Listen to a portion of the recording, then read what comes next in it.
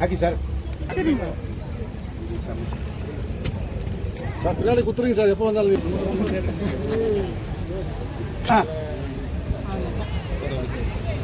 German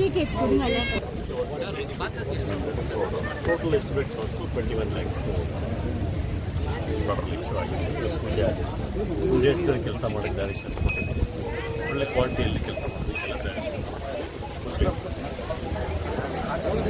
सुबाना इनके पैस रहा वाह ये कंपाउंड कर रहे तब बात नहीं करते जब रोड करने का टाइम में पूजा को करके आप ये सब बात करे से नहीं मैडम बोले तो मानते नहीं मैडम, गलाटे करती मैडम। फर्स्ट पहले करते रहना मत सभी जो आप बोल रहे हैं इधर एम्बुलेंस नहीं आएगा, ऑटो नहीं आएगा, वो ठीक है, वो ठीक है, मगर वो पब्लिक के लिए आप पूछ रहे हैं वही ठीक है, मगर इधर आजू बाजू में रहने लोगों को आप ही बात करना है। पहले मानते नहीं मैडम गलाटे खाते मैडम, बहुत प्रॉब्लम करते हैं रोड गवर्नमेंट का है, तुम्हें क्या बोलते हो उसको पूछती।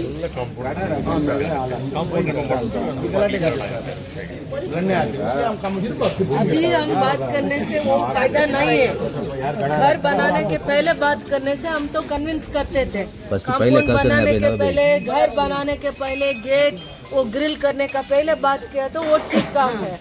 रास्ता तो नहीं था, हम सोच के रास्ता पूछ रहे हैं ढालेंगे, रास्ता डालने के टाइम में घर तोड़ना, कंपाउंड तोड़ना वो ठीक नहीं है। अभी एक बार मीटिंग करेंगे, उनको कन्विंस भी करेंगे, एक तो मीटिंग करेंगे, मीटिंग करके इन सब लोगों को रास्ता के लिए आप पूछ रहे हैं, एक ही आदमी के लिए नहीं, मगर सब मिल के बात करना है। रोड भी मैडम थोड़ा हाइट हो गया, 3 लेयर आ गया ಈ ತರ 10 ಫೀಟ್ ಹೈಟ್ ಇವ್ರು ಹೇಳ್ತಾ ಇರೋದು ನೀವೀಗ ರೋಡ್ ಹಾಕೋದ್ರೆ ಇದು ಇನ್ನೂ ಹೈಟ್ ಆಗುತ್ತೆ, ಮಳೆ ಬಂದ್ರೆ ಈ ನೀರೆಲ್ಲ ಮತ್ತೆ ಮನೆ ಒಳಗಡೆಗೆ ಬರುತ್ತೆ।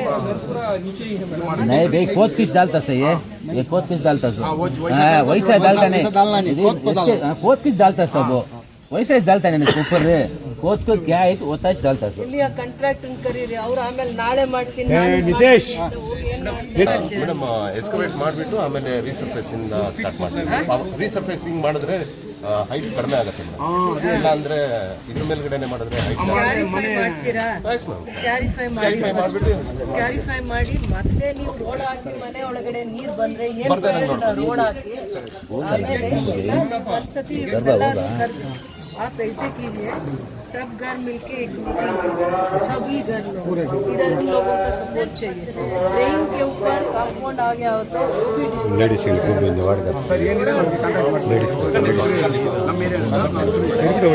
ನಮ್ಮನೆ ಇದೆ ऐसा करेंगे, स्क्यारिफाई करने ದೇಶದ ಸಮಸ್ಯೆ, ವಿದ್ಯಾರ್ಥಿಗಳು ಭವಿಷ್ಯದ ಆಸ್ತಿ. ನಮ್ಮ ಭಾರತ ದೇಶಕ್ಕೆ ಪ್ರತಿಯೊಂದು ವಿದ್ಯಾರ್ಥಿ ದೇಶಕ್ಕೆ ಆಸ್ತಿ ಆಗ್ತಾರೆ. ವಿದ್ಯಾರ್ಥಿ ಗ್ರಾಮೀಣ ಭಾಗದ ಪ್ರತಿಭೆ ಇರ್ಬೋದು, ನಗರ ಭಾಗದಲ್ಲಿ ಇರ್ಬೋದು, ಎಲ್ಲ ರಾಜ್ಯಗಳಲ್ಲೂ ಕೂಡ ಕಾಮನ್ ಎಂಟ್ರೆನ್ಸ್ ಎಕ್ಸಾಮ್, ಈ ನೀಟ್ ಅನ್ನೋದು ಮೆಡಿಕಲ್ಗೆ, ಇಂಜಿನಿಯರಿಂಗ್ಗೆ ಕಾಮನ್ ಎಂಟ್ರೆನ್ಸ್ ಎಕ್ಸಾಮ್ ಇಡೀ ದೇಶಕ್ಕಿರುತ್ತೆ. ಯಾರು ತಮ್ಮ ಪ್ರಯತ್ನದಲ್ಲಿ, ಪರಿಶ್ರಮದಲ್ಲಿ, ತುಂಬ ಕಷ್ಟದಲ್ಲಿ ಅವರಿಗೆ ಸಿಕ್ಕುವಂಥ ಎಜುಕೇಷನ್, ಕ್ವಾಲಿಟಿ ಆಫ್ ಎಜುಕೇಷನ್ನ ಉಪಯೋಗ ಮಾಡಿಕೊಂಡು ಓದ್ಕೊಂಡಿರ್ತಾರೆ, ಅವ್ರ ಪ್ರತಿಭೆಗೆ ಏನು ಬೆಲೆ ಸಿಕ್ತು? ನೀಟ್ ಎಕ್ಸಾಮ್ನ ಪದೇ ಪದೇ ಇಷ್ಟು ಸತಿ ಪೇಪರ್ ಲೀಕ್ ಆದರೆ ಆ ಮಕ್ಕಳಿಗೆ, ಓದೋ ವಿದ್ಯಾರ್ಥಿಗಳಿಗೆ ಆ ನಂಬಿಕೆ ಕಳ್ಕೊಳ್ಳಲ್ವ? ಅವ್ರಿಗೆ ಎಷ್ಟು ದುಃಖ ಆಗುತ್ತೆ. ಅದಾದಮೇಲೆ ಅದ್ರ ಜೊತೆಯಲ್ಲಿ ಅವ್ರ ಪರಿಶ್ರಮಕ್ಕೆ ಸಿಕ್ಕ ಫಲಿತಾಂಶ, ಸರ್ಕಾರದ ಈ ನಿರ್ಧಾರನ ನಾನು ಒಪ್ಕೊಳ್ಳೋದೇ ಇಲ್ಲ, ಯಾವ ಹಂತದಲ್ಲೂ ಒಪ್ಕೊಳ್ಳಲ್ಲ. ಅದಾದಮೇಲೆ ವಿದ್ಯಾರ್ಥಿಗಳು ಪದೇ ಪದೇ ನೀಟ್ ಎಕ್ಸಾಮ್ಗೆ ಪ್ರಿಪೇರ್ ಆಗಬೇಕಂದ್ರೆ ಮೆಂಟಲ್ ಸ್ಟ್ರೆಸ್ ಆಗುತ್ತೆ. ತಂದೆ ತಾಯಿಗಳಿಗೂ ತುಂಬ ಕಷ್ಟ. ಎಲ್ಲ ತಂದೆ ತಾಯಿ ಏನು ಮಕ್ಕಳು ಮಾತ್ರನೇ ಅಲ್ಲ, ಆ ಪೋಷಕರು ಕೂಡ ಇವರಷ್ಟೇ ಹಿಂಸೆನ, ನೋವನ್ನ ಅನುಭವಿಸಿದ್ದಾರೆ. ಅದರ ಜೊತೆಯಲ್ಲಿ 20 ವಿದ್ಯಾರ್ಥಿಗಳು, ಆ ದೇಶಕ್ಕೆ, ಯಾವುದೇ ಒಂದು ದೇಶ ಎಜುಕೇಷನ್ಗೆ ಇಷ್ಟು ಮಹತ್ವ ಕೊಡ್ತೀವಿ, ಆ ವಿದ್ಯಾರ್ಥಿಗಳನ್ನ ಕಳ್ಕೊತೀವಿ ಅಂತಂದರೆ 20 ಜನ ವಿದ್ಯಾರ್ಥಿಗಳನ್ನ ನೀಟ್ ಎಕ್ಸಾಮ್ ಬರೆದಿರೋರು, ಆ ಮೆಂಟಲಿ ಆ ಮಕ್ಕಳಿಗೆ ಎಷ್ಟು ಸ್ಟ್ರೆಸ್ ಆಗಿದೆ, ಎಷ್ಟು ಮಾನಸಿಕವಾಗಿ ಅವ್ರಿಗೆ ಒತ್ತಡ ಆಗಿದೆ. ನಾವು ಏನು ಪರಿಸ್ಥಿತಿಯಲ್ಲಿ ಆ ಮಕ್ಕಳನ್ನ ಇಟ್ಟಿದ್ದೀವಿ. ಯಾವುದೇ ಸರ್ಕಾರ ಆಗಲಿ ತಪ್ಪಾಗಿರುವಂಥ ನಿರ್ಧಾರಗಳು ತೊಗೊಂಡಿದ್ದಾರೆ. ಆ ತಪ್ಪು ನಿರ್ಧಾರಗಳನ್ನ ಸರಿ ಮಾಡಿಕೊಳ್ಳದೆ ಪ್ರತಿಯೊಬ್ಬ ವಿದ್ಯಾರ್ಥಿ ಬೀದಿಗಿಳಿದು ಪ್ರಯತ್ನ ಮಾಡ್ತಾ ಇದ್ದಾರೆ. ಆದರೂ ಕೂಡ ಅವ್ರಿಗೆ ಅರ್ಥ ಆಗ್ತಾ ಇಲ್ಲ ಅಂದರೆ ಅವರು ಯಾವ ಮಟ್ಟಕ್ಕೆ ಅವರ ಆಲೋಚನೆ ಇದೆ. ಯಾರು ಕಾಮನ್ ಪೀಪಲ್ ವಾಯ್ಸ್ ಆಗಬೇಕು. ಯಾವುದೇ ಸರ್ಕಾರ ಪ್ರತಿಯೊಬ್ಬ ಬಡವರು ವಿದ್ಯಾರ್ಥಿಗಳು ಓದಿರುವಂಥ ವಿದ್ಯಾವಂತರ ವಾಯ್ಸ್ ಆಗಬೇಕು. ರೈತರು ಬಡವರಿಗೆ ಅವರ ಧ್ವನಿ ಆಗುವಂಥ ಸರ್ಕಾರ ಆಗಬೇಕು. ಇಲ್ಲಿ ಯಾರು ಧ್ವನಿ ಆಗಿರುವಂಥ ಸರ್ಕಾರ ಎದ್ದು ಕಾಣ್ತಾ ಇದೆ? ನೀವು ಯೋಚನೆ ಮಾಡಿ. ಯಾರನ್ನ ಅರೆಸ್ಟ್ ಮಾಡಿದ್ದಾರೆ, ಜನಗಳ ಬಗ್ಗೆ, ವಿದ್ಯಾರ್ಥಿಗಳ ಬಗ್ಗೆ, ಬಡವ್ರ ಬಗ್ಗೆ ಯಾರು ಕಳ್ಕಳಿ ಇರುತ್ತೋ ಅವ್ರು ಬೀದಿಗೆ ಬರ್ತಾರೆ, ಮಾತಾಡ್ತಾರೆ, ಅವ್ರ ಧ್ವನಿಯಾಗಿ ನಿಂತ್ಕೋತಾರೆ. ಅದು ವಿಚಾರ ಅಲ್ಲ. ನಮ್ಮ ದೇಶದಲ್ಲಿ 20 ಜನ ವಿದ್ಯಾರ್ಥಿಗಳು, ಓದೋ ಅಂತ ಪ್ರತಿಭಾವಂತ ವಿದ್ಯಾರ್ಥಿಗಳು ಅವ್ರ ಜೀವನ ಕಳ್ಕೊಂಡಿದಾರಲ್ಲ. ತಂದೆ ತಾಯಿ ಎಷ್ಟು ಕನಸಿಟ್ಕೊಂಡಿರ್ತಾರೆ ಆ ಮಕ್ಕಳ ಬಗ್ಗೆ. ಪ್ರತಿಯೊಂದು ವಿದ್ಯಾರ್ಥಿನ ಓದಿಸೋದಕ್ಕೆ ಆ ಪ್ರತಿ ತಂದೆ ತಾಯಿ ಎಷ್ಟು ಕಷ್ಟ ಬಿದ್ದಿರ್ತಾರೆ, ಎಷ್ಟು ನೋವು ತಿಂದಿರ್ತಾರೆ. ಇವತ್ತು ಆ ಮನೆಯಲ್ಲಿ ಆ ಮಗುನ ನೋಡದೇ ಇದ್ದಾಗ ಆ ತಾಯಿ ಯಾವತ್ತಾದ್ರೂ ಒಂದಿನ ಊಟ ತಿಂತಾಳ ನೆಮ್ಮದಿಯಾಗಿ? ಆ ನೋವು ಇವ್ರಿಗೆ ಅರ್ಥ ಆಗಲ್ವಾ? ಎಷ್ಟು ಮಂಡಾಗಿ, ಅಂದರೆ ಎಷ್ಟು ಅಡಮೆಂಟ್ ಆಗಿ ಇವ್ರ ಡಿಸಿಷನ್ಸ್ ಇದೆ. ಇನ್ಯಾವ ರೀತಿ ಅರ್ಥ ಮಾಡಿಸ್ಬೇಕು ಒಬ್ಬ ವಿದ್ಯಾರ್ಥಿ, ಒಬ್ಬ ಓದೋವನು, ತನ್ನ ಪರಿಶ್ರಮದಲ್ಲಿ ಕಷ್ಟ ಬಿದ್ದು ಓದೋವನು ಇನ್ಯಾವ ರೀತಿ ಕೇಂದ್ರ ಸರ್ಕಾರಕ್ಕೆ ಅರ್ಥ ಮಾಡಿಸ್ಬೇಕು? ಆ ಮಕ್ಕಳು ಅವರೊಂದು 18 ವರ್ಷ 19 ವರ್ಷ ಇರ್ತಾರೆ. ಹೇಗೆ ಅವರ ನೋವು, ಅವ್ರಿಗಾಗುವಂಥ ಹಿಂಸೆ? 1 ವರ್ಷ ಪ್ರತಿದಿನ 5 ಅವರ್ 10 ಅವರ್ ಓದಬೇಕು. ನೀಟಿಗೆ ಪ್ರಿಪೇರ್ ಆಗೋನು ಆಲ್ಮೋಸ್ಟ್ 8 ಅವರ್ಸ್ ಓದ್ಕೋಬೇಕಾಗುತ್ತೆ ಪ್ರತಿದಿನ. ಓದಿ ಅದನ್ನು ಎಕ್ಸಾಮ್ಸ್ ಬರೆಯೋವಾಗ ಎಷ್ಟೋ ಸತಿ 1 ಮಾರ್ಕ್ಸಲ್ಲಿ ರ್ಯಾಂಕ್ ಎಲ್ಲ ಮಿಸ್ ಆಗುತ್ತೆ. ಆ ಮಕ್ಕಳಿಗೆ ಏನೂ ನ್ಯಾಯ ಸಿಗಲಿಲ್ಲ. ಇಡೀ ದೇಶ ಅವ್ರ ಜೊತೆ ನಿಂತಿದೆ, ವಿದ್ಯಾರ್ಥಿಗಳ ಜೊತೆ ನಿಂತಿದೆ, ಆ ಮಕ್ಕಳ ಬಗ್ಗೆ ಅನುಕಂಪ ತೋರಿಸ್ತಾ ಇದೆ. ಆದರೆ ಸರ್ಕಾರಕ್ಕೆ ಅರ್ಥ ಆಗ್ತಾ ಇಲ್ಲ. ಯಾಕೆ ಅರ್ಥ ಆಗ್ತಾ ಇಲ್ಲ? ಏನದು ಧೋರಣೆ? ಏನು? ಪೊಲೀಸವರು ಮಕ್ಕಳನ್ನ, ವಿದ್ಯಾರ್ಥಿಗಳನ್ನ ಹೊಡೆಯೋದೇನು ಕಲ್ಲಲ್ಲಿ? ಯಾವ ಇದರಲ್ಲಿ? ಇದು ಪ್ರಜಾಪ್ರಭುತ್ವನ? ಯಾವ ವ್ಯವಸ್ಥೆಯಲ್ಲಿದ್ದೀವಿ ನಾವು? ಪ್ರಜಾಪ್ರಭುತ್ವ ಯಾವತ್ತಾದ್ರೂ ನೋಡಿದೀರಾ? ವಿದ್ಯಾರ್ಥಿಗಳು 1 ತಿಂಗಳಿಂದ ಬೀದಿಯಲ್ಲಿ ನಿಂತ್ಕೊಳ್ಳೋದು ಯಾವತ್ತಾದ್ರೂ ನೋಡಿದೀರಾ? ಅವ್ರ ಪೇರೆಂಟ್ಸ್ ಆಚೆ ಬರೋದು ಎಲ್ಲಾದ್ರೂ ನೋಡಿದೀರಾ? ಇದರಿಂದ ನೋವಿದೆ, ಪರಿಶ್ರಮ ಇದೆ. ಅವ್ರು ಓದಿರೋದಕ್ಕೆ ಬೆಲೆ ಕೊಡಲಿಲ್ಲ. ಅವ್ರ ಪರಿಶ್ರಮಕ್ಕೆ, ಅವ್ರ ನೋವಿಗೆ ನೀವು ಯಾವುದೇ ರೀತಿ ನ್ಯಾಯ ಕೊಡಲಿಲ್ಲ.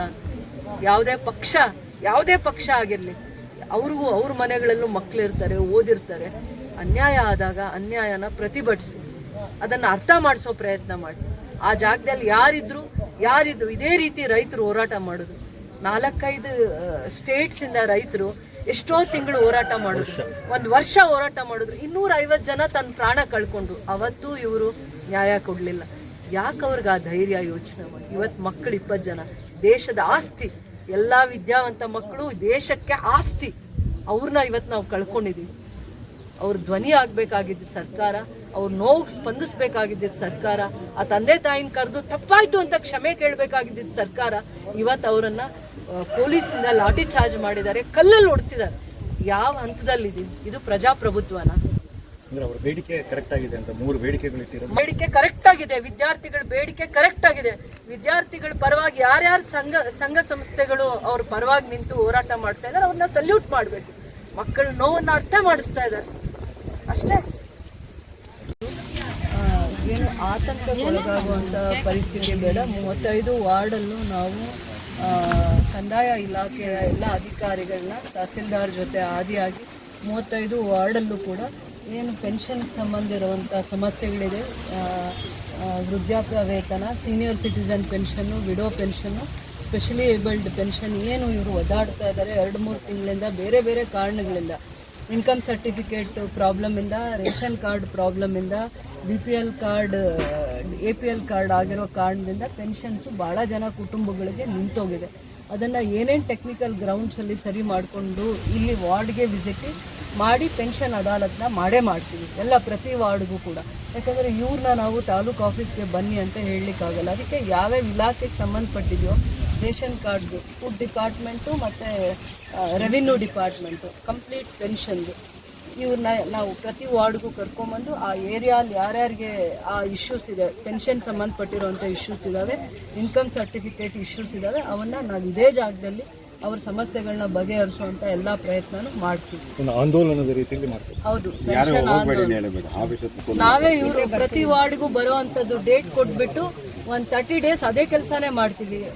ಒಂದು ತಿಂಗಳ ಕಾಲ ಪ್ರತಿ 2 ದಿನ 3 ದಿನ ಬಿಟ್ಟು ಒಂದೊಂದು ವಾರ್ಡ್ಗೆ ವಿಸಿಟ್ ಮಾಡಿ ಕ್ಯಾಂಪ್ ಮಾಡಿ ಅಲ್ಲೇ ಪೆನ್ಷನ್ ಅದಾಲತ್ ಅಂತಾನೆ ಮಾಡಿ ಅವ್ರ ಸಮಸ್ಯೆಗಳಿಗೆ ಬಗೆಹರಿಸುವಂತ ಎಲ್ಲ ಪ್ರಯತ್ನನೂ ಮಾಡ್ತೀವಿ ನಾವು. Admission open for lab technician Golden City College of Paramedical Science, LWF Center, BML Nagar, KGF. Interested students contact the below phone number. Paramedical Diploma in Medical Lab Technology, Health Inspector, Medical Image Technology, Operation Theatre Technology. Eligible students are 10th pass and 2nd PC pass or fail. For all NCERT, CBSE textbooks, guides, PUC, ITI, BE textbooks, guides and classmate notes, and for all the types of stationery available only at Satya Bookstore, opposite to Karur Vaishya ATM, Aladamira, Bemmal Nagar, KGF.